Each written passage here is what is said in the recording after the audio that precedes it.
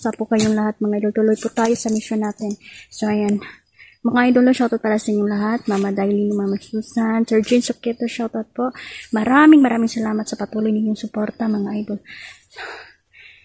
Napakadelikado po ang lugar na to mga idol dahil madami pong lumabas sa portal, no, kung saan po ay bawasakin natin ngayon ang portal nila pag nasiguro ko na nakalabas na sila lahat sa portal.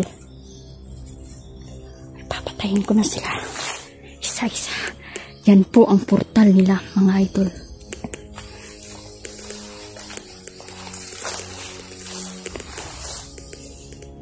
At maghihiganti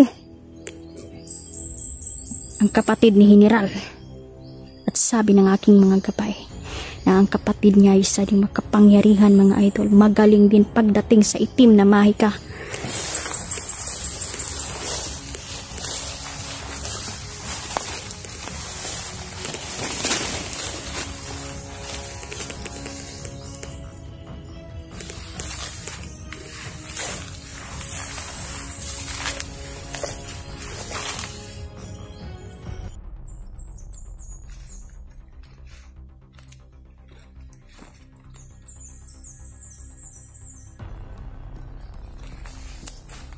Ang gagawin natin is palabasin natin sila sa portal nila mga idol. Ubusin na natin silang ipalabas. At kapag nasiguro ko na wala nang lalabas sa portal nila, diretso close, puwasako na nato ang ilang portal.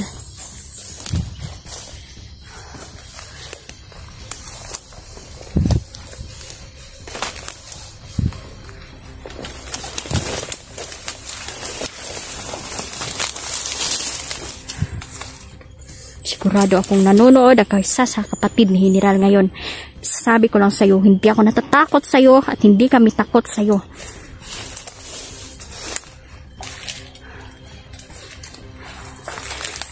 Dapat lang si General ay mamatay dahil marami na siyang pinatay na tao. Hindi lang naman mga inosente kundi mga walang kamuwang-muwang. Pinapatay ninyo at ginagawa ninyong negosyo ang kanilang mga laman.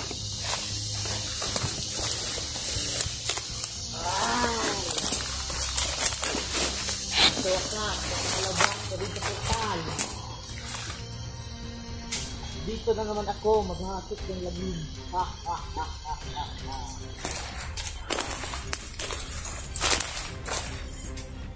May mga lugar dito.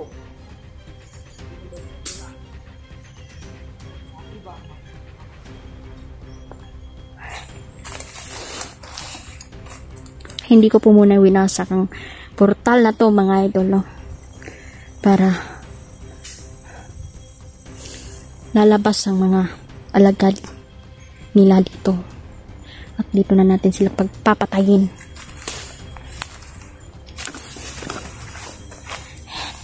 Binakuran ko na lahat ng lugar dito mga idol. Hindi po sila makakalabas. Magtuyok-tuyok lang sila diring dapita. Dahil nilinlang din natin sila sa lugar. Akala nila nakarating na sila kung saan-saan, ngunit ito lang sila, diri lang sila nagtuyok-tuyok mga idol.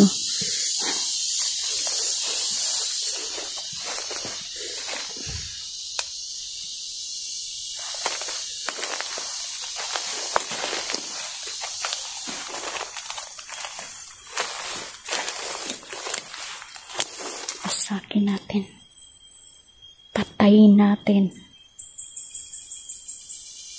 mga demonyong ito. Dahil susunugin natin ang kanilang katawang lupa. Tsaka kung hindi na sila mabubuhay pa.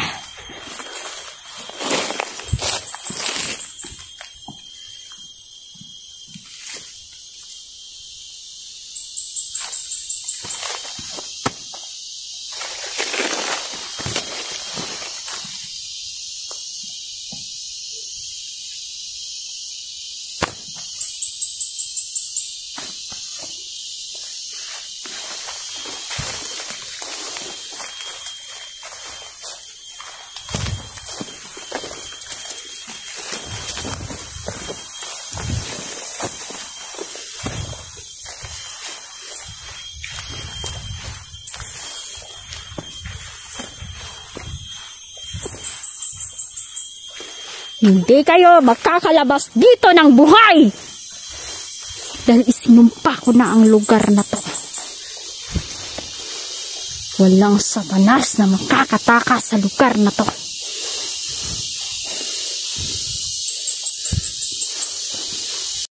Pinatay ko na si General at hindi na siya mabubuhay pa. At kahit anong gawin nilang ritual sa katawan ni General ay mamamatay at mamamatay siya.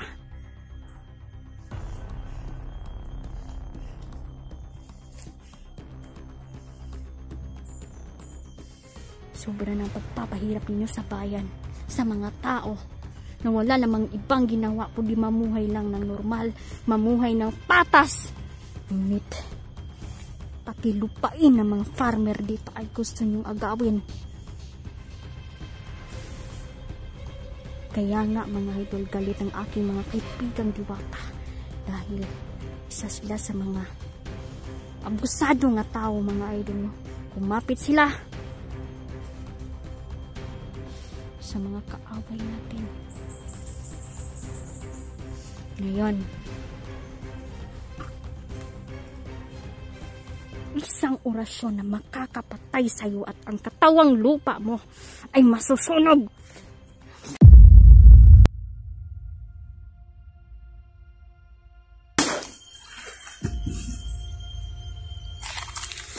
Masusunog ang katawan niyo. Ito ang patunay na hindi kayo ang hari dito sa mundo. Tandaan ninyo.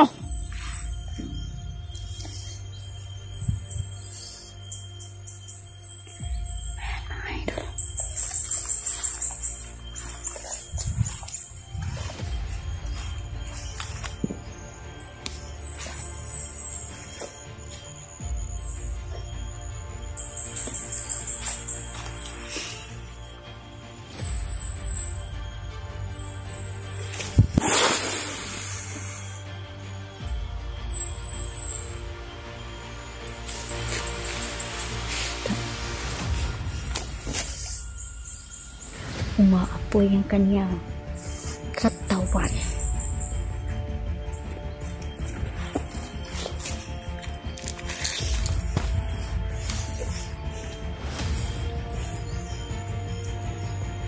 Hindi na kayo makakalabas ng buhay pa. Tandaan ninyo.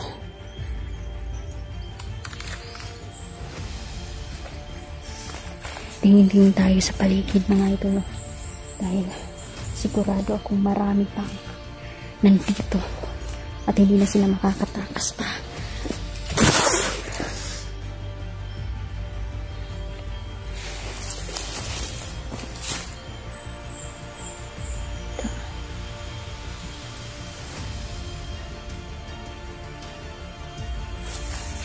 Yan ang bagay sa inyo.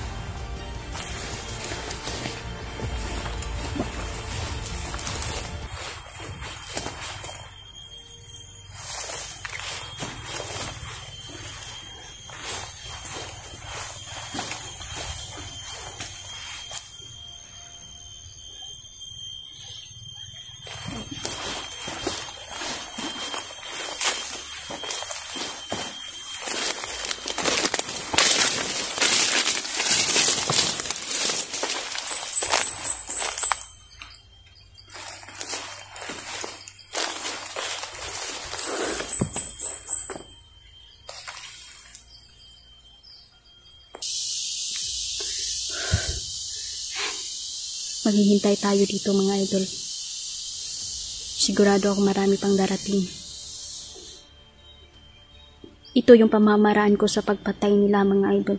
Dahil hindi lang po isang buhay nila, kundi marami po.